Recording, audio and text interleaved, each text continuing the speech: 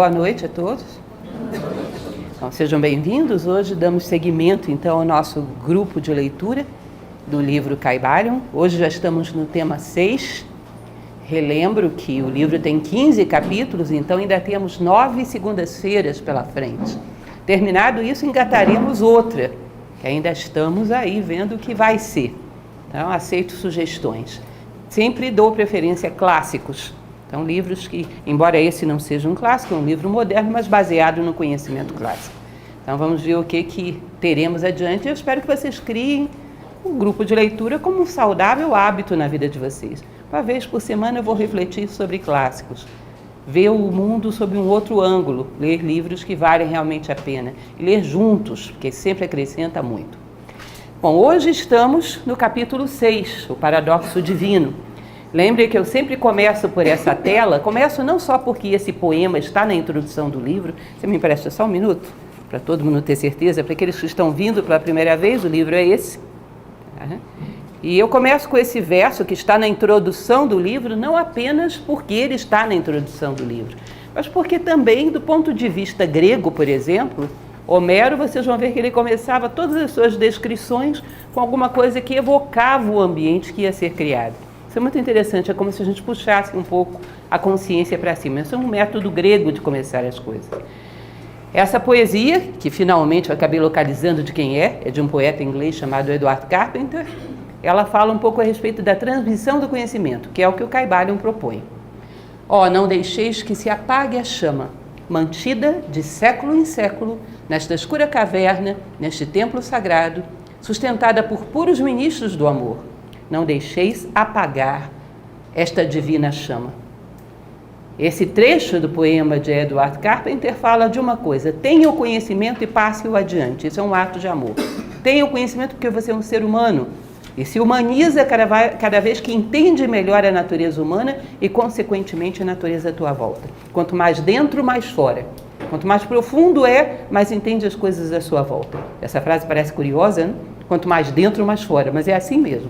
Quanto mais profundo em si mesmo, mais profundo nas coisas à sua volta. E uma vez que tem esse conhecimento, transmita-o, que é um ato de amor, é o melhor que se pode fazer pela humanidade. E é através desse mesmo amor que nós recebemos esse conhecimento. O livro, essas duas primeiras telas são iguais em todas as nossas palestras da série, porque sempre temos pessoas novas. O livro é esse, que acabei de mostrar para vocês, Estudo da Filosofia Hermética do Antigo Egito e da Grécia. Lembra vocês que Hermes Trismegisto é um sábio egípcio que viveu numa época que ninguém tem certeza, alguma coisa aí entre 2.700 e 1.500 anos antes de Cristo. Vocês vão dizer que é tempo à beça. Uma margem de erro louca, essa 1.200 anos, é tempo demais. Mas se eu considerar que tem gente que acha que ele nem existir, não existiu, eu acho até que essa margem não é tão grande. Ou seja, é um personagem que entrou no terreno do mítico, foi deificado, mas o fato é que se diz que houve uma escola no Egito que transmitia esse conhecimento, e o fundamental desse conhecimento é que Hermes Trismegisto, ou seus discípulos, ou seja lá quem for que tenha vivido no Egito e teve esse nível de sabedoria, eu particularmente creio que ele deve ter existido, um personagem, e que impactou profundamente a história, porque isso não é uma coisa que surja do nada, a pegada é do tamanho do caminhante, alguém para impactar. Se vocês considerarem a cifra menor, 1.500 anos, mais 2.000 depois, são 3.500 anos de história. A pegada é do tamanho do caminhante. Deve ter sido alguém muito especial. E ele dizia que dava para conhecer as 7 leis que organizavam todo o universo manifestado. Mas é todo mesmo, porque o universo manifestado para a gente é matéria e energia. Para ele era emoções, era mente, era espírito, era Deus, era tudo. E ele considerava que todos esses planos estavam subordinados a 7 grandes leis, que na verdade eram desdobramento de uma grande lei, que levava os seres de volta para casa, de volta para a unidade. E que através dos acontecimentos, se você prestasse atenção, você ia descobrindo essas leis. Porque uma coisa é eu falar a lei para você, outra coisa é você vê-la na sua vida. Porque aí você incorpora isso como uma prática, como uma verdade. Você conquista. E isso é importante porque aí o conhecimento se converte em sabedoria. E ele falava que o sentido da vida é exatamente redescobrirmos as leis que estão por trás da aparente desordem do mundo, da aparente arbitrariedade da vida e nos alinharmos com ela. Ou seja, como diziam os gregos, conhece-te a ti mesmo, domina-te a ti mesmo, transforma-te a ti mesmo. Ou seja, entrarmos em harmonia com as leis do universo. Essa era a ideia. E isso redespertou na Idade Média, com os alquimistas, depois no Renascimento, com a escola platônica de Careggi, onde foi traduzido o corpus hermético pela primeira vez para o latim, e depois, por algum tempo, desapareceu. Vem aquela onda da Idade Moderna e Contemporânea, onde vivemos um materialismo muito intenso, não andava muito propício para hermetismo. Mas depois de um tempo se volta a falar, ainda com muita dúvida, ainda com muita, digamos assim, interpretação um pouco fantasiosa, mas se volta a lembrar que existiu um Hermes Trismegisto. Uma coisa é certa, Egito nunca foi esquecido. Todo mundo sabe que, seja lá o que foi que aconteceu ali, foi especial. A imaginação de todo mundo desperta diante daquele local tão, digamos assim, grandioso. Quem foi que construiu aquilo? Aquilo é um depoimento da grandeza de uma civilização para gerações futuras. Então, ela impacta a imaginação da humanidade como um todo ao longo da história. Hoje, então, estamos nesse capítulo 6, o paradoxo divino. O paradoxo divino vai trabalhar com uma ideia que pode parecer estranha para vocês, mas não é. Num determinado momento, lá para trás, a obra nos falou, esse livro, que é um livro escrito em 1908, que comenta os princípios herméticos, nos falou que o universo material é uma ilusão. Quando isso vem para o Ocidente, gente, o Egito é o Ocidente também, né? Mas quando isso vem para o Ocidente moderno, as pessoas começam a tomar isso muito ao pé da letra e achar que se o universo é uma ilusão, para que eu vou respeitar as leis dele? E aí o livro vai falar um pouco a respeito disso. Que essa tradição hermética, assim como as grandes tradições filosóficas de Grécia e Roma, assim como as grandes tradições da Índia, do Oriente como um todo, eu tenho uma curiosidade, porque a lógica deles é muito diferente da nossa. A gente tem um preceito lógico que diz, se há é verdadeiro, então não há é falso. Há e não há não podem ser verdadeiros ao mesmo tempo. Para eles pode. São verdadeiros ao mesmo tempo. E tem que ser considerado simultaneamente, se você quer ver os dois ângulos do universo manifestado, que um dia te farão superar e chegar à unidade. Então você tem que considerar que simultaneamente o universo existe e não existe. E ele vai dizer para que fins práticos a gente tem que trabalhar com isso. Então ele diz, o verdadeiro sábio, conhecendo a natureza do universo, emprega a lei, a grande lei, com L maiúsculo, contra as leis, o superior contra o inferior. E pela arte da alquimia, transmuta aquilo que é desagradável naquilo que é agradável e deste modo triunfa. Desagradável e agradável entre aspas, né? No sentido daquilo que é bom, necessário, e não aquilo que agrada meramente os caprichos da personalidade ou os sentidos. Então nós vamos ver que esse princípio ele vai ser bem desenvolvido adiante quando virmos a vibração, quando virmos a polaridade, mas aqui ele já diz, o sábio não nega o universo manifestado. Ele sabe que o universo manifestado é uma ilusão, mas sabe que para superar essa ilusão, ele tem que obedecer às suas leis. Todos estão dentro da ilusão, estão sujeitos às suas leis. E se você quer superá-lo, primeiro obedeça às suas leis. Domine-as. E aí você vai passando para patamares superiores de consciência. Isso pode parecer para vocês, para que isso me interessa na prática? Para muito mais do que vocês imaginam. O professor Jorge Ângelo Braga, que fundou Nova Acrópole, ele tem uma frase que eu acho muito interessante, que ele diz que uma ideia mal concebida mata mais do que uma arma de fogo. Uma arma de fogo para de matar quando o seu portador a deixa cair ou quando ele mesmo se vai. Às vezes uma ideia mal concebida, se a pessoa se foi e passa 3 gerações e ainda está matando os sonhos das pessoas que ficaram. Então aquela pessoa que está ali na rua, achando que nós vivemos a época mais aperfeiçoada da história, que não temos nada para aprender com o passado, e o passado pode ser seu pai, seu avô, ou pode ser o Egito, pode ser o grande passado ou o pequeno passado, essa pessoa talvez não saiba nem que existe um cidadão chamado Augusto Comte, mas ele é positivista. É uma coisa curiosa. Esse cidadão não sabe nem que existiu alguém que enunciou esse pensamento, mas é positivista e está vivendo ainda um pensamento de Augusto Comte, de que nós não temos nada a aprender com as gerações anteriores, que a nossa tecnologia superou tudo que a humanidade já soube. Com certeza a nossa tecnologia é superior, mas o homem que maneja essa tecnologia não necessariamente. E a coisa mais importante da vida não é a tecnologia. Duvido que um dia vocês tenham sofrido dores profundas na vida. Eu estou sofrendo. Por quê? Por falta de tecnologia. Não! Você sofre por falta de integridade das pessoas, por falta de reconhecimento, por falta de caridade, por falta de fraternidade. Você sofre pela falta do humano, por falta de homens, não por falta de coisas. Isso é um elemento secundário na vida. Ninguém tem isso como elemento principal na vida. Então, o fato de termos progredido tecnologicamente significa algo? Significa, é um meio. Mas os fins sempre são mais importantes do que os meios. Porque os meios, como já falei para vocês muitas vezes, quando aceleram muito o nosso processo e nós não sabemos para onde ir, lembram que eu costumava dizer que quando você vai para um abismo é melhor ir a pé e de Porsche você chega muito mais rápido? Ou seja, o Porsche não é uma vantagem para quem vai para o abismo.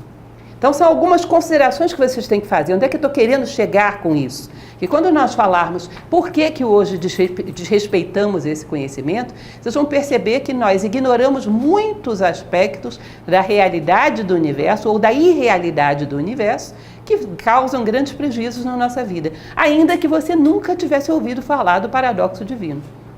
Ainda que nunca tivesse ouvido falar do Caibalion, que nem aquele cidadão que anda pela rua e é prejudicado pelo pensamento de Augusto Comte sem nunca saber que ele existiu.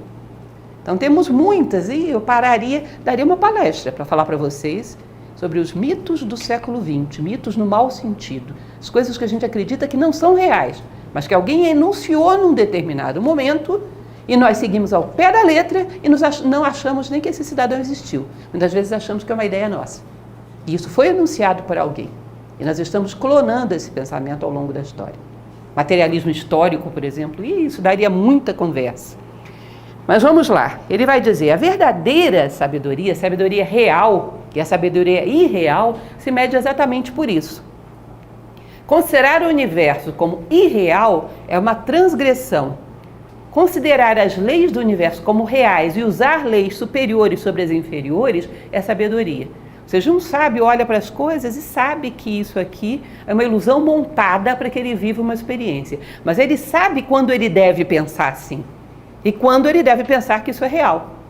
Então, quando eu vivo, sei lá, um problema qualquer de convivência, um desses dramas da vida humana, de vez em quando é bom desdramatizar e dizer, isso não é tão real.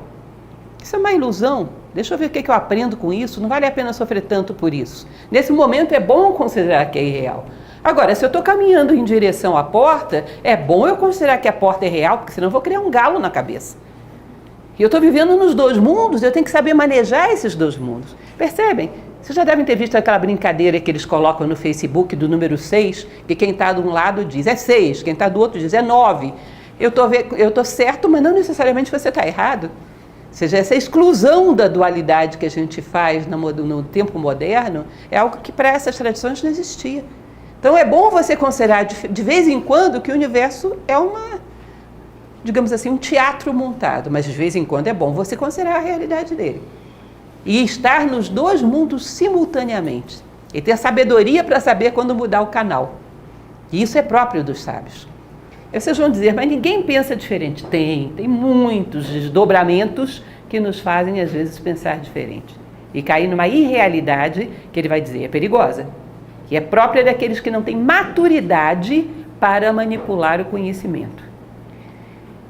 Uma das coisas que eu tenho repetido muito para vocês é aquela frase de Platão, quando ele diz: é preferível a ignorância absoluta do que o conhecimento em mãos inadequadas. Isso é um fato mais amplo do que vocês imaginam. O ser humano, quando descobre algo em relação a um ponto, ele tende a universalizar aquilo ali para os 4 cantos, quando na verdade aquela aplicação só serve para aquele ponto, e não para os 4 cantos do mundo. Dá um exemplo claro para vocês entenderem o que eu estou falando. Uma ocasião, já contei essa história, alguns já conhecem, aliás as histórias estão ficando meio escassas, eu tenho que inventar outras. Uma ocasião eu dava uma palestra a respeito das virtudes do herói. É uma palestra interessante, isso tem, sei lá, 20 anos, muito tempo. Tinha gente aqui de vocês que nem nascido não tinha. E aí no final uma pessoa levantou o dedo e disse: isso é tudo lindo, muito romântico. Eu me lembro dessa palavra, foi bonita, tudo muito romântico. Mas, na verdade, a gente já mostrou que isso não se aplica, isso é uma ficção. Porque nada é tão absoluto assim. Não tem valor uma pessoa ser honesta, isso é relativo. Não tem valor uma pessoa ser justa, isso é relativo. Eu fiquei muito curiosa, por que é relativo? Porque tudo é relativo no universo. Até a lei da gravidade é relativa próxima de um buraco negro. Então, se a gravidade é relativa, muito mais será a sua honestidade. Eu só mando o meu filho ser honesto porque é uma convenção social. Se ele não for, ele vai ser discriminado. Mas isso não tem valor em si. Porque se a gravidade é relativa, que dirá a honestidade? Eu fiquei olhando e disse, meu Deus do céu, como é que pode a psique humana ter chegado num looping desse? Sabe por quê? Quando Einstein enuncia a relatividade, ele não está falando que todas as coisas possam ignorar a realidade dos objetos que estão na sua dimensão. Está certo que a gravidade talvez seja relativa perto de um buraco negro. Eu não entendo nada disso, mas talvez seja. Mas você é buraco negro? Não, você é um ser humano. Você quer testar a gravidade? Não recomendo, mas se você quiser, você vai ver que para você ela é bem absoluta. Então, no nível do buraco negro, gravidade relativa. No meu nível, absoluta. E o universo inteiro é assim. Entendem isso? O único ser, mais adiante a gente vai voltar a falar sobre isso, o único ser que pode olhar para todas as coisas e dizer, isso é tudo relativo, é quem? O absoluto. Para ele, de fato, tudo é relativo. Mas eu que sou relativa, as coisas que estão no mesmo patamar de relatividade que eu, são absolutas para mim. Então a honestidade nesse momento para mim é absoluta. O dia que eu a conquistar plenamente, eu posso dizer, bom, agora é outra coisa. Mas enquanto eu não a conquistar, é absoluta. As coisas que estão no mesmo patamar nosso de relatividade, para nós são realidades que têm que ser conquistadas. Agora, a imaturidade humana não sabe distinguir quem é ser humano e quem é buraco negro. A imaturidade humana, quando descobre um ponto, e isso existe um nome para isso, que é o sofisma, a falácia da generalização.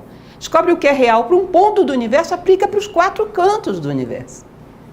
Não sei se vocês já ouviram falar a respeito de um filósofo espanhol chamado José de Ortega y Gasset, que ele tem um livro chamado O Especialista, na verdade não é um livro, é um artigo, onde ele diz o seguinte, uma das coisas terríveis da nossa época é exatamente essa generalização. Você pega algo que é verdadeiro para um ponto e generaliza para tudo quanto é canto. E faz uma outra coisa também terrível, que é pegar uma pessoa que conhece um ponto e pedir opinião para ela sobre tudo. Não fazem isso, não? Aí chega na televisão, pega o jogador de futebol, que é muito bom ponta esquerda, e pergunta o que ele acha do presidente dos Estados Unidos da América. E o pior é que ele fala. E ele fala e o pessoal leva a sério, porque como ele joga bem, ele deve saber de política norte-americana. Não sabe. A artista da Globo falando sobre ecologia, me parece que dramaturgia e ecologia são 2 coisas diferentes. Não é porque ele talvez seja um bom ator, talvez, não sei, que ele vai entender de ecologia. São 2 coisas, não é uma só. Ou seja, essa generalização é uma falácia e é produto da nossa imaturidade. Não sabemos colocar cada coisa no seu lugar. Platão chamava isso de justiça. O homem sensato é justo. Coloca cada coisa no seu lugar. Então, se você tem um conhecimentozinho desse tamanho, você aplica aos 4 cantos da sua vida. Então, eu vou aplicar a teoria da relatividade na educação do meu filho, vamos e venhamos.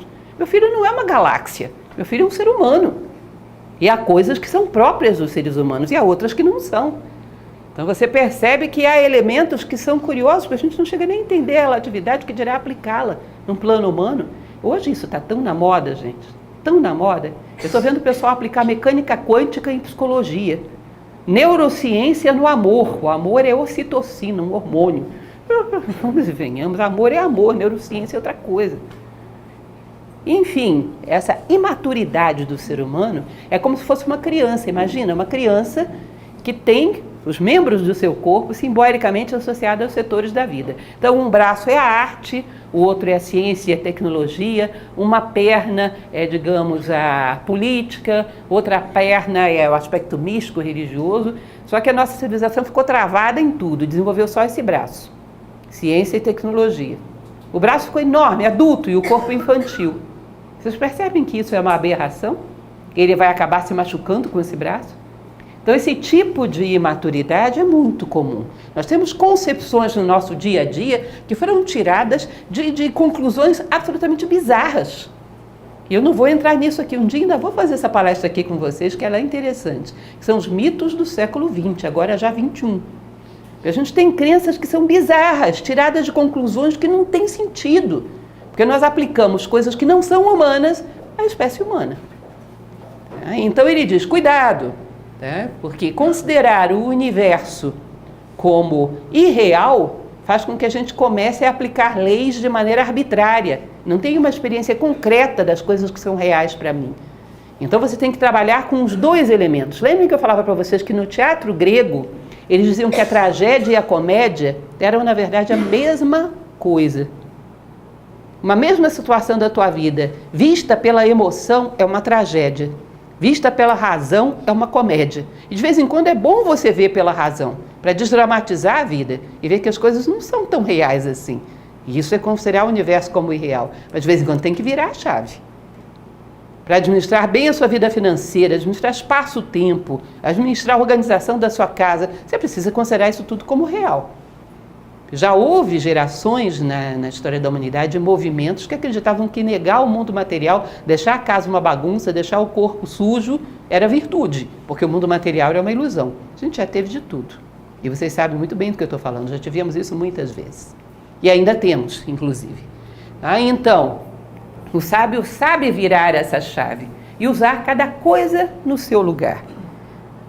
Leis maiores contra leis menores. Então o universo tende à desorganização. Eu vou trabalhar no plano mental para me manter atento à ordem. Então eu trabalho com plano mental contra a tendência à desordem, à entropia do plano físico. Vou lá para cima. Trabalho no plano emocional em relação às energias. Vou sempre ir puxando para um plano onde eu tenho maior domínio das circunstâncias. Mas eu não ignoro as circunstâncias, nem as considero tão verdadeiras assim. Isso é uma loucura para o homem ocidental. Mas a gente tem que considerar as duas coisas. Quando as pessoas vêm e me dizem, olha, quando eu morrer, acaba tudo, não tem nada depois da morte. Eu sou forçada a reconhecer que de uma certa maneira sim. Porque o que é que você está considerando como eu? O homem moderno, quando ele fala eu, ele está se referindo a quê? Dentro do nosso contexto materialista. O corpo físico, meia dúzia de ideias, uma meia dúzia de sentimentos, isso morre mesmo. Então quando ele diz eu morro, dependendo do eu tenho que concordar.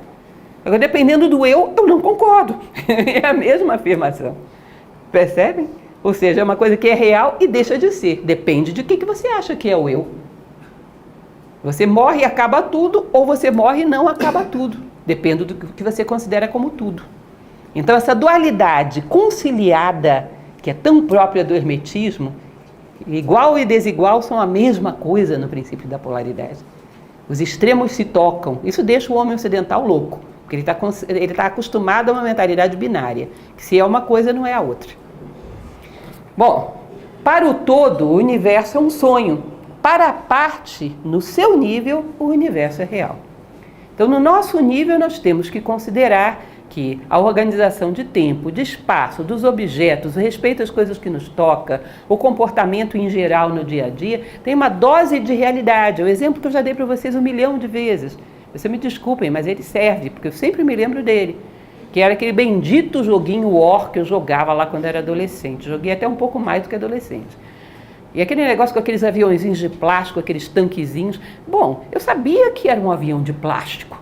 Eu não ia derrubar nenhuma grande potência com um avião de plástico. Mas era um jogo, tinha suas regras, e se eu queria ganhar, eu tinha que tomá-las como verdadeiras. E só ganhava porque tomava as regras como verdadeiras. Ou então não entra no jogo. Ou seja, temos que considerar as regras do universo manifestado, saber manejá-las e saber aonde elas querem nos levar. Que nível de consciência.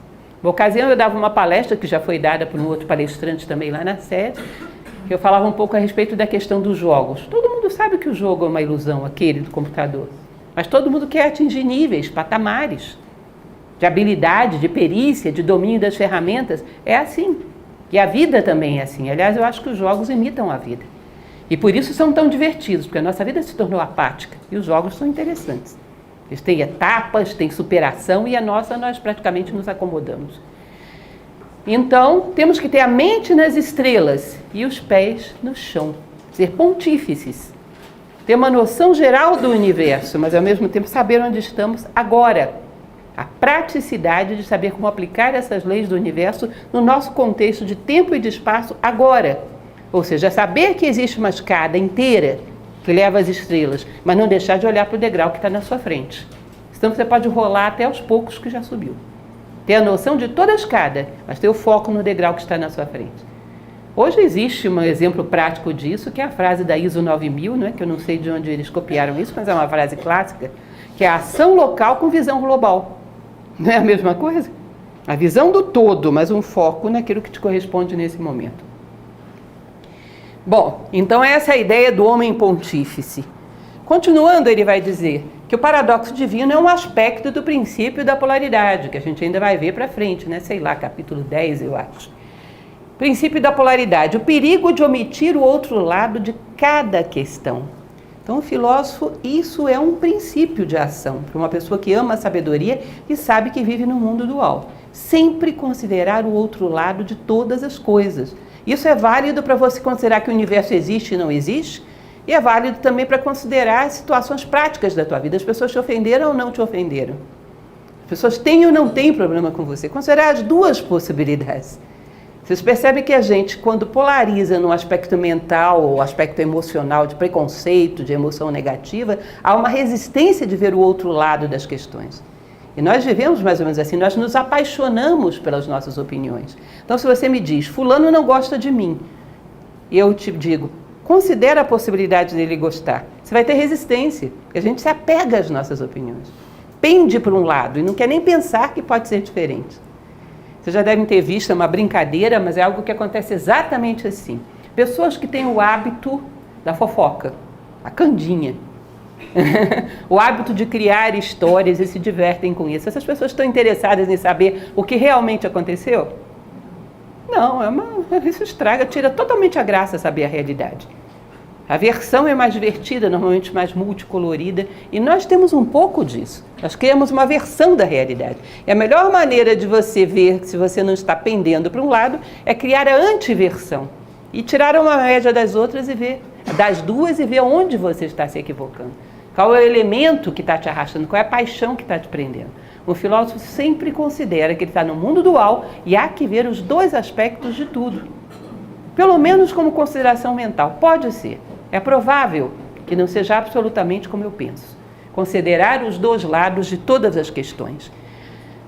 O preconceito, a rigidez e todas as síndromes de fanatismo que temos não existiriam se nós tivéssemos esse preceito prático aplicado. E se? E se eu não for o dono da verdade? E se isso não for realmente o que tem que ser imposto ao mundo inteiro como crença? E se não for realmente essa pessoa que é superior a essa? E se não houver superior? E se todas as coisas estiverem equilibradas? E se? Só essa consideração já tiraria força das suas paixões e dos seus ódios e de todas as síndromes coletivas que nós alimentamos tão fervorosamente. Só considerar a possibilidade de existência do outro lado. Então ele vai dizer, a mente percebe o mundo como transitório e o corpo percebe o mundo como real. E você tem mente e tem corpo. Seria bom considerar a opinião de ambos. Porque se você tem ambos, é porque ambos têm alguma coisa para te ensinar. Tudo que há fora, tudo que há dentro tem alguma coisa para te ensinar. E parece que os nossos veículos são formas de decodificação de aspectos da realidade, que é complexa. Então quando a mente diz, esse negócio não é muito sério, não. Como pode as coisas serem assim se daqui a pouco elas somem? Como é que pode existir a morte se uma pessoa é uma realidade tão complexa, não pode virar nada de uma hora para outra? É que pode as coisas passarem de uma hora para outra, os sentimentos, os pensamentos, como pode? São tão concretos, tão reais. As ideias, como podem passar? A mente está certa, isso não é tão real assim. Agora o corpo bate com a cara na parede. Então ele diz, isso é verdadeiro, ele também está certo. E se nós vivemos em ambos os mundos, temos que saber trabalhar com esses dois aspectos. Você deve ter ouvido falar, o nosso diretor nacional gosta muito de contar essa história, eu acho engraçado. Ninguém sabe dizer se é real, mas eu acho divertida. Que é a história do Tancredo Neves quando era governador de Minas Gerais. Já ouviram essa? Diz que uma ocasião, uma pessoa veio falar com ele e disse, olha, eu moro próximo do centro da cidade de Belo Horizonte e o pessoal tem um parque lá que os nossos filhos brincam, o único lugar verde que tem ali. E o pessoal está querendo destruir o parque para construir um prédio, isso é um absurdo, as crianças só têm esse espaço para brincar. Ele disse, a senhora tem toda a razão. Aí veio o dono da empreiteira que queria construir o prédio.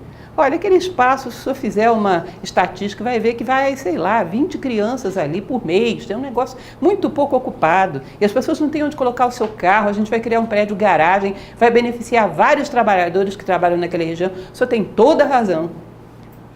Aí veio o assessor dele e disse, mas como é que pode? O senhor disse para a senhora que ela tinha toda a razão e disse para esse senhor da empreiteira que ele tem toda a razão, duas posições contraditórias, o senhor está sendo contraditório. Aí diz que ele falou para o assessor, você também tem toda a razão. Você considerar a coisa por um monte de pontos de vista. É isso aí mesmo. Agora vamos ver como é que a gente concilia todos esses elementos, mas que eles são verdadeiros, todo mundo falou a verdade. Então, aprender de tudo que a natureza nos informa e ponderar todas essas coisas para ter uma postura acertada diante da vida. A mente está certa quando ela diz que isso não é tão real, mas o corpo está certo quando diz que se eu não considerar isso verdadeiro, eu vou bater com a cara na parede. Tá? Então, eu tenho que saber, o universo tem a sua dose de realidade e a sua dose de irrealidade. Continuando, como já comentamos, o único que pode dizer tudo é relativo é o absoluto.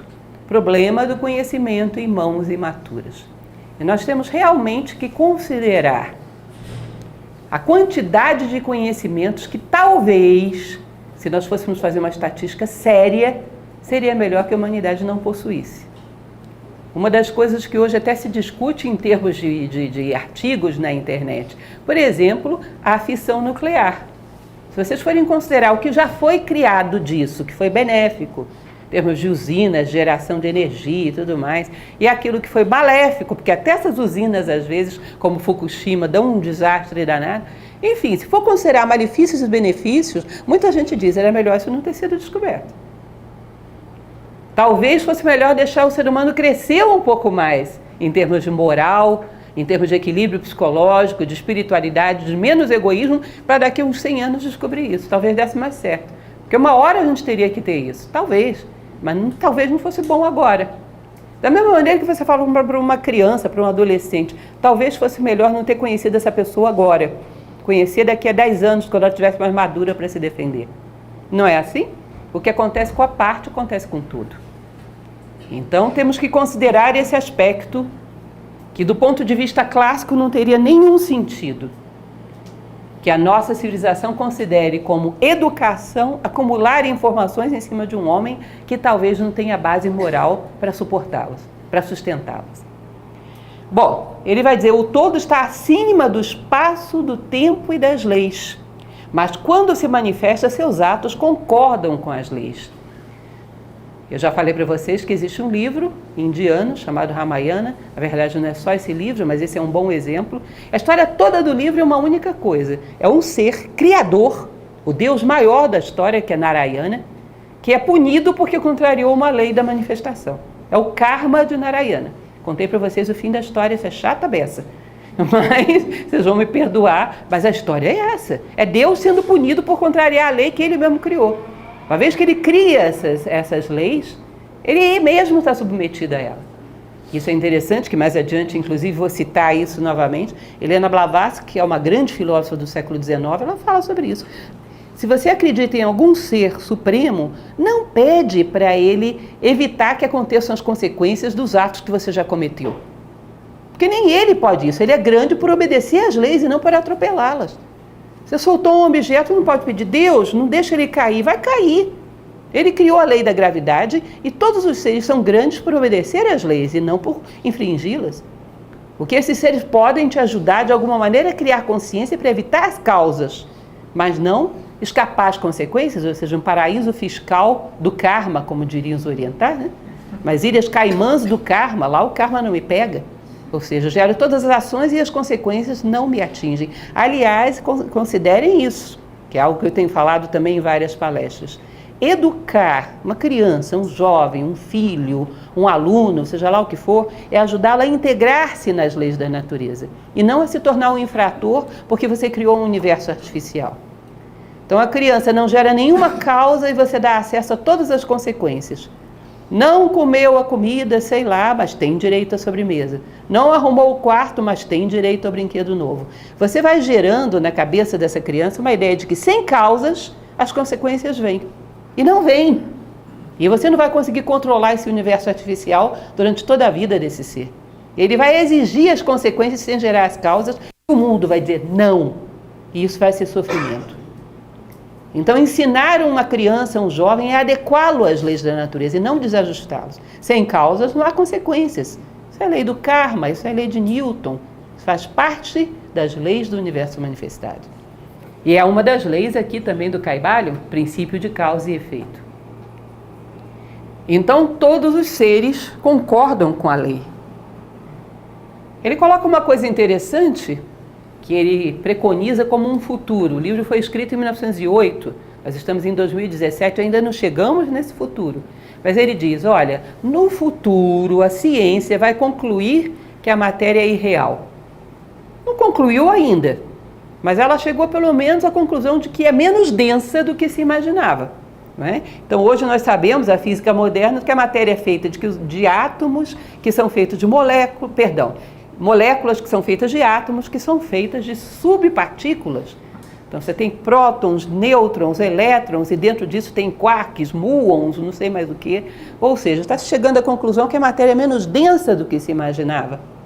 Mas ainda não se concluiu que a matéria é uma ilusão, ainda estamos longe disso. E assim como ainda não se concluiu que existem outros planos, além do plano físico e energético. Mente e emoções ainda são considerados como um subproduto do cérebro, de hormônios, etc. Mas o certo é que nesses 100 anos houve uma evolução em certos aspectos. A matéria é menos densa, o aspecto da evolução dos seres é considerado agora de uma maneira mais sensata. Consideramos a vida de uma forma mais complexa do que considerávamos há 100 anos atrás, porque hoje já sabemos que tem bactérias que sobrevivem num lago, por exemplo, cheio de enxofre, e que substituíram dentro da sua estrutura celular e colocaram enxofre lá dentro. Hoje a vida é considerada de uma forma muito mais ampla.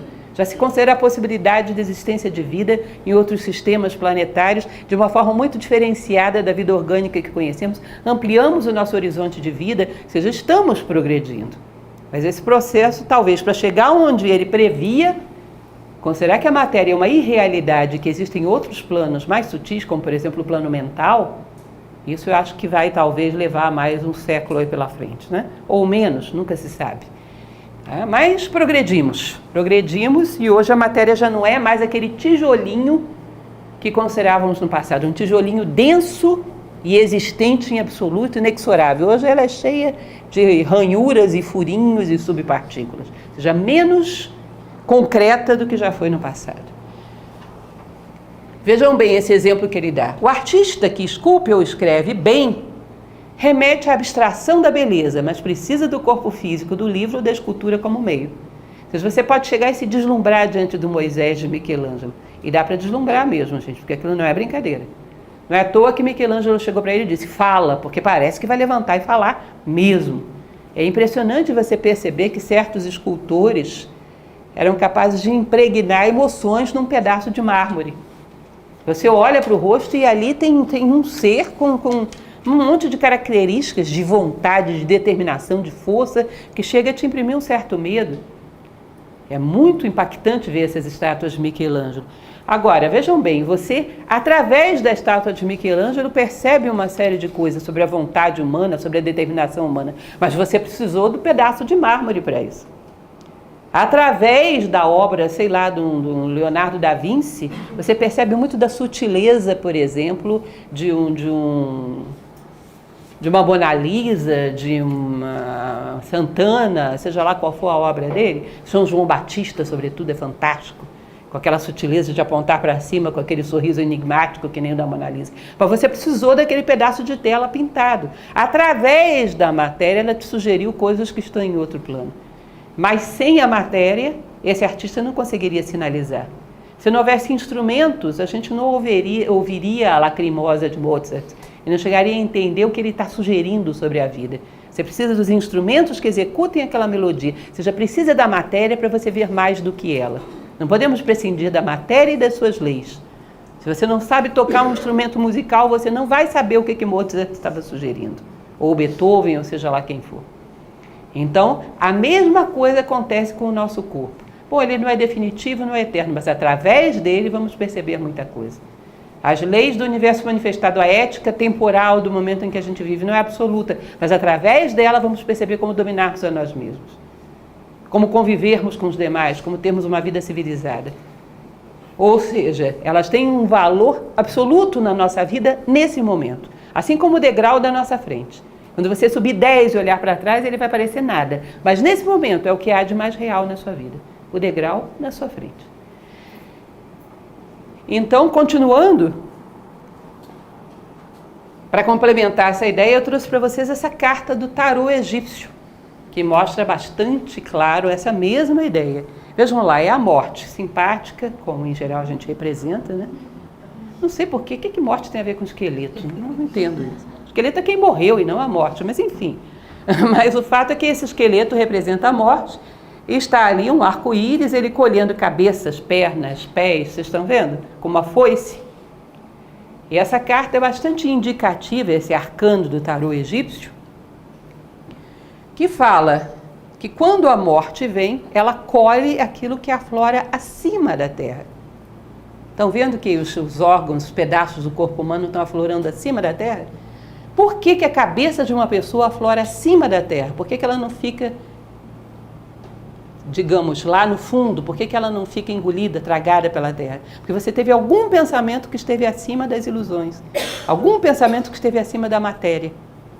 Algum nível de sabedoria foi conquistado. Por que uma mão aflora acima da terra? Porque você realizou alguma obra real em prol dos demais, alguma coisa que o tempo, a matéria, não engoliu. Por que um pé aflora acima da terra? Porque você andou por caminhos que realmente te fizeram avançar.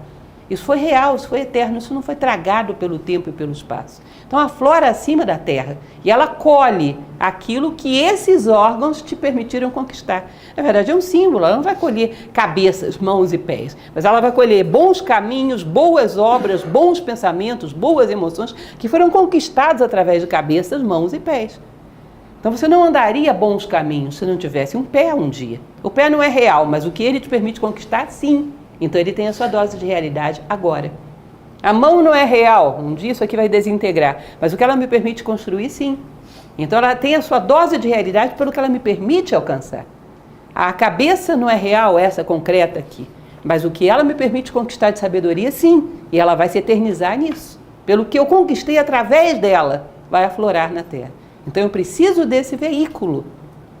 E essa necessidade, essa possibilidade dele me conduzir aonde eu devo chegar é a realidade dele. E o respeito que devemos a ele. Então percebam, um sábio é um ser muito interessante. Porque ninguém, tanto quanto ele, sabe que o mundo é irreal. E ninguém, tanto quanto ele, respeita o mundo. Não parece um paradoxo? É mais um dos paradoxos da tradição egípcia. Ele sabe que não é verdade, mas ele leva a sério. É como um ator. Sabe que aquilo ali é só um personagem, mas ele desempenha da melhor maneira possível um bom ator. Sabendo perfeitamente quem é ele e quem é o personagem e controlando os dois mundos sem embaralhar os dois, sem misturar. Isso é um bom ator. Continuando na nossa história, ele diz que a serenidade é consequência de sabermos que não há força fora do todo para agir sobre nós, entendê-lo e harmonizar-se com ele. O todo, o universo é uma unidade. Todas as coisas que estão aqui dentro, que nos parecem agradáveis, desagradáveis, que nos parecem reais ou irreais, são necessárias, embora eu não entenda agora. Isso é uma coisa curiosa. Existe um livro muito interessante que eu gosto dele, um livro relativamente recente, escrito por um mitólogo chamado Walter Otto, Teofania, onde ele fala sobre isso. Ele vai dizer, bom, aquele que estuda a mitologia grega vai ver uma coisa muito interessante. Um grego, ele podia considerar, não entendi por que me aconteceu isso, mas ele não ia dizer, isso que me aconteceu foi errado. Ele considerava que havia alguma ordem no universo que tinha colocado aquilo na vida dele, que aquilo era necessário para ele chegar ao próximo passo, ainda que ele não estivesse entendendo. Você não vai ver dentro, por exemplo, da obra de Homero, em nenhum momento ele dizia, os deuses não deveriam ter feito isso com Ulisses. Não, Ulisses não entendeu por que foi feito, mas o que foi bom para ele foi.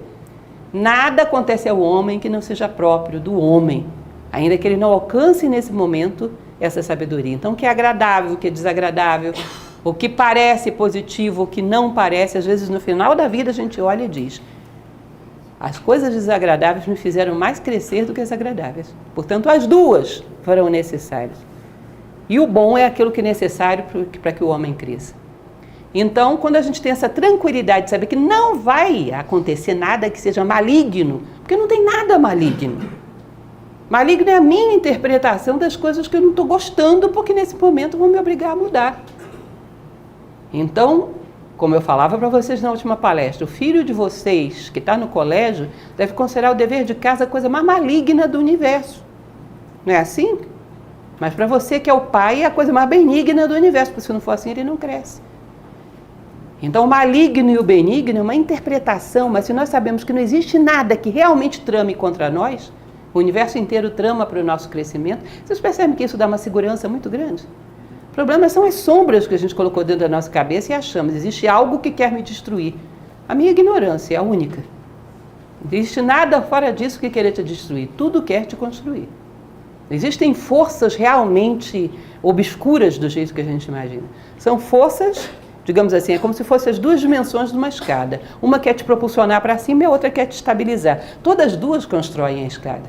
Para o hermetismo, considerar todas as coisas como necessárias é a virtude por excelência. É o homem que considera o universo como uno, não tem nada fora dele. Não tem nada maligno tramando contra mim fora do universo. O universo é um só e tudo está dentro dele. Isso pode parecer bobo, mas isso faz um efeito psicológico muito interessante, porque isso te dá serenidade. Percebam que uma das coisas complicadas do nosso momento histórico é a vitimização. E o que é a vitimização? Síndrome de Jânio Quadros. Forças malignas tramam contra mim. Cadê as forças malignas? Não tem. Não tem as forças malignas. Eu não sou vítima de nada, a não ser da minha ignorância. Vocês percebem que só isso já relaxa? Ufa! Não tem que brigar contra as sombras. Não tem sombras. A não ser que é o mesmo projeto, por ignorância. Essa ideia da serenidade para eles é resultado direto da sabedoria. Os herméticos consideravam dessa forma. Os seres mais elevados do universo, já falei para vocês, a HPB fala sobre isso, Helena Blavatsky, que é essa filósofa do século XIX, os seres mais elevados do universo ainda estão submetidos à lei e continuarão enquanto o universo durar. Então não espere que tenha alguém lá na frente que não tenha mais que se submeter à lei, que vai dar um jeitinho para você. Não tem jeitinho no cosmos. A lei é a infraestrutura que sustenta o universo, é o arcabouço do universo. Ninguém vai dar um jeitinho de driblá-la, porque senão o universo desmorona. Existe uma coisa interessante que eu gosto de contar na história dos celtas, que uma ocasião os celtas se encontram com Alexandre nas margens do rio Danúbio. Uma história bonita. E eles eram tidos como guerreiros sensacionais. Aí Alexandre teve a ideia de perguntar para um druida de Viciacos: o povo de vocês é tão destemido, o que é que vocês temem? Aí esse druida respondeu para ele: a gente só teme duas coisas, que o céu caia ou que o mar se eleve em direção ao céu. Se cada coisa está no seu lugar, fazendo o que lhe corresponde, a gente sabe o que nos corresponde e está tudo bem. Vocês percebem? Deixou de existir a gravidade, eu solto um objeto e ele sobe. Eu vou ficar preocupada, porque se os objetos não sabem o que fazer, que dirá eu? Mas se os objetos estão caindo, eu estou tranquila. Cada um está na sua. O céu está no seu lugar, o mar está no seu lugar, eu estou no meu, eu sou um ser humano. Então, se as leis do universo se mantêm, a lógica do universo não se quebra, eu encontro a minha lógica e vou embora. Cada um está no seu caminho e vamos nos encontrar todos lá na ponta. E os seres mais sábios sabem que o que garante o universo é o Dharma, como diz a tradição indiana. É a lei, é a obediência à grande lei universal. E ninguém vai atropelá-la para te beneficiar. Não existe isso, essa expectativa é vã. A ciência progride na direção do hermetismo, isso diz o livro, né? Esse livro de 1908. Em muitos pontos, embora ainda não entenda o mentalismo. Ou seja, plano mental como um mundo independente, plano das ideias, que dizia Platão, que determina o que está acontecendo aqui embaixo, isso ainda vai demorar. Mas nós podemos observar isso de forma prática. A influência que existe da nossa mente sobre a realidade. Vocês não tiveram uma avó que falava aquela frase: o olho do dono engorda o gado? Vocês não tiveram isso? Minha avó costumava dizer muito isso. Isso não deixa de ser um princípio do mentalismo. Ou seja, existe algo dos planos sutis que determina a realidade. Você coloca duas pessoas com plantinha dentro de casa. Todas as duas cuidam da plantinha do mesmo jeito, mas uma tem um carinho pela planta, se concentra nela, observa, torce para ela crescer. Sei lá por que cargas d'água. Essas pessoas, às vezes, as plantas ficam mais bonitas. Não existe isso? A mente influenciar a matéria? Bom, a ciência não provou isso, mas a gente vê acontecendo. Tá? Talvez em um determinado momento isso que é uma realidade prática se torne uma realidade teórica. Mas o fato é, como diz lá o... Como é o nome daquele personagem que eu sempre me esqueço, do Alto da Compadecida? O Chicó. Não sei não, só sei que é assim. Não é assim? Ou seja, o que nós temos de expectativa mental, de fato, gera efeitos na nossa vida. Existem aquelas pessoas que têm o dedo verde por gostarem da planta e darem atenção a ela, ela se desenvolve de forma diferente. Enfim, um dia, quem sabe, o mentalismo será uma realidade para também a ciência, nunca se sabe. Já quebramos muitos tabus. Devemos agir e viver como se as coisas transitórias fossem reais. E ao mesmo tempo como se não fossem. Ai, que loucura. Isso é discernimento. Exemplo do bom karma prânico, respeito às coisas. Vocês já ouviram falar sobre isso? Eu estou fazendo uma mistureba, porque karma é um conceito indiano e a gente está falando de Egito. A gente está fazendo um estudo comparativo, né, tentando evocar o que cada tradição pode trazer para nós. E karma é sinônimo de lei de causa e efeito, que é Kaivalya. Então dá tudo no mesmo. Diz-se na tradição indiana que uma pessoa que não tem problemas no plano energético ou prânico, que é essa palavra que eu uso aí, é a dimensão energética. Você fala que o homem tem corpo físico, energético, emocional e mental. O plano energético é o plano financeiro, é o plano de recursos. E vocês percebem que algumas pessoas, sem muito esforço, parece que se saem melhor nesse plano do que outros. Nunca aconteceu de vocês encontrarem, sei lá, com um colega do tempo da universidade? Eu, na minha idade, às vezes encontro gente do meu tempo da universidade. Ou seja, que estudou comigo há 3 décadas atrás. Que essa altura não resolveu, por exemplo, o seu problema profissional, financeiro. Não tem uma independência mínima nesse plano. Aí você olha assim e diz, poxa, mas eu nem sei como foi que eu fiz isso, porque foi tão fácil. Para alguns é fácil, para outros é difícil, dentro do mesmo contexto histórico, dentro da mesma cidade, dentro do mesmo contexto de posses, dentro de coisas muito parecidas, às vezes irmãos. Aí você percebe, bom, será que tem alguma coisa mais nisso? A tradição indiana diz que o bom karma nesse plano energético tem muito a ver com o respeito que você tem pelas coisas. Não é interessante? Quando você respeita os objetos simples que te servem, tende a tê-los. Aquela pessoa que quebra tudo que tem, que não respeita nada, movimenta tudo de qualquer maneira, menospreza as coisas, essa tende a não ter as coisas, ela tende para a escassez. 2 elementos que diz que geram excelente karma nesse plano prânico ou energético, foi 2 coisas, que é a generosidade e o respeito pelas coisas. Nós temos um professor que é muito bom nessa área de economia doméstica, ele costuma falar sobre isso. Tem uma moedinha no chão, a pessoa não abaixa para pegar porque acha que aquilo não vale nada. Tem tendência a ter problema financeiro. Não valoriza as pequenas coisas, quebra as cadeiras da sua casa, quebra, sei lá, os utensílios de cozinha. Tem tendência a não ter as coisas. Isso é karma de desrespeito às coisas. Então você imagina um sábio, que a gente está considerando, somos filósofos, buscamos a sabedoria. Esse sábio ideal que a gente busca como futuro, seria um ser que as pequenas coisas, ele teria um profundo respeito por elas. Estão aqui e têm tanto direito de estar aqui quanto você, e estão te servindo humildemente. Tem um respeito profundo pelas coisas. Embora ele saiba que as coisas não são reais, mas ninguém as respeita mais do que ele. Não é curioso isso? Então, saber da relatividade do mundo não significa desprezar o mundo. Significa considerar cada coisa no valor que tem. Nós estamos num bom momento para falar, por exemplo, daquela história da água. Sabendo usar, não vai faltar. Essa máxima é muito bonitinha, mas não é muito filosófica. Se você considera, se houvesse muita água e a gente soubesse que não ia faltar, seria certo a gente tratá-la de qualquer maneira? Ou seja, a água só tem valor porque me serve? Ou ela tem valor em si, independente de eu existir ou não? E eu devo respeito a ela pelo que ela é. Eu, humano, ela, água, os 2 têm direito de existir e eu devo respeitá-la, faltando ou não faltando. Uma abordagem utilitária, onde as coisas têm valor porque me servem, então eu sou o quê? O rei do mundo? Então essa visão antropocêntrica é típica de uma pessoa que manipula as coisas mal e, portanto, gera a escassez das coisas, que é o mundo em que nós vivemos. Percebem? Entendam isso. Então, respeitar as coisas, mas não desejá-las intensamente como um ambicioso desejaria. Mas uma vez que você as tem, respeitá-las, todas. A colher da sua cozinha merece respeito. As coisas merecem respeito. Estão ali para te servir humildemente. Embora você saiba que não são tão reais assim. Nem você é tão real assim. Esse é o enigma, é o paradoxo divino, que realmente dá um nó na cabeça do homem moderno tão materialista. Mas que tem que ser considerado dessa forma. E vocês percebem que há situações e situações para jogar com essas duas faces na nossa vida.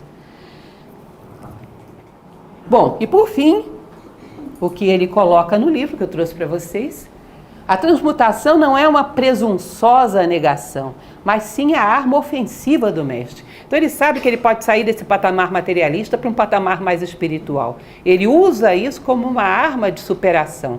Mas ele não despreza as coisas que estão nesse patamar. Ele não despreza nada, em nenhum patamar. Até as fantasias de uma pessoa têm um certo valor e ele vai considerá-las com respeito. Né? São mundos e mundos e mundos que você tem que respeitá-los para superá-los. Né? E ele vai dizer, isso é uma transcrição de um trecho do livro, a nossa ocupação no universo não é negar a sua existência, mas sim viver, empregando as leis para nos elevarmos do inferior ao superior, fazendo o melhor que podemos sob as circunstâncias que aparecem a cada dia e vivendo tanto quanto é possível para as nossas ideias elevadas e os nossos ideais. Ou seja, não estamos aqui para desprezar nada, mas para considerar que tudo tem tanta dose de realidade quanto nós. Essas coisas não são reais, eu também não, então somos todos reais num certo patamar. Estamos na mesma. Eu também não sou tão real assim. Então as coisas que estão no mesmo patamar de realidade que eu têm valor e eu vou respeitá-las assim como eu mereço ser respeitado. Mas eu busco algo que seja mais real do que tudo isso. Eu vou passar de patamar em patamar até chegar à realidade absoluta, porque isso é minha meta e caminho para isso. Mas caminho pisando em degraus sólidos de respeito e de consideração por tudo aquilo que é próprio da vida, pelo que vale em si e não pela utilidade que tem para mim. Deixarmos de ser grandes manipuladores da vida. Bom, essa é a lição do paradoxo divino. Vocês percebem que a ideia de gerar esse grupo de estudo é exatamente porque cada capítulo desse tem uma complexidade que, para a gente falar disso dentro de uma palestra que falasse de todo o livro, eu teria 2 minutos para falar disso. E realmente a gente não assimila uma ideia dessa em 2 minutos. Dentro de um livro que tem 15 capítulos, quanto tempo eu teria para falar disso? A ideia é que a gente possa mastigar esses elementos, que são complexos para nós. Que isso seja um degrau de reflexão. Lembrem daquela frase que sempre tenho repetido, da tradição confucionista. O homem vulgar fala de pessoas, o homem comum fala de coisas, o homem que busca sabedoria fala de ideias. Tentarmos refletir a respeito dessas ideias e torná-las uma coisa importante na nossa vida. E uma ferramenta de consideração dos 2 aspectos da vida para saber como usá-la na situação que lhes corresponde. Sermos justos, saber tratar cada coisa conforme lhe corresponde. Não é tão real e ao mesmo tempo é real.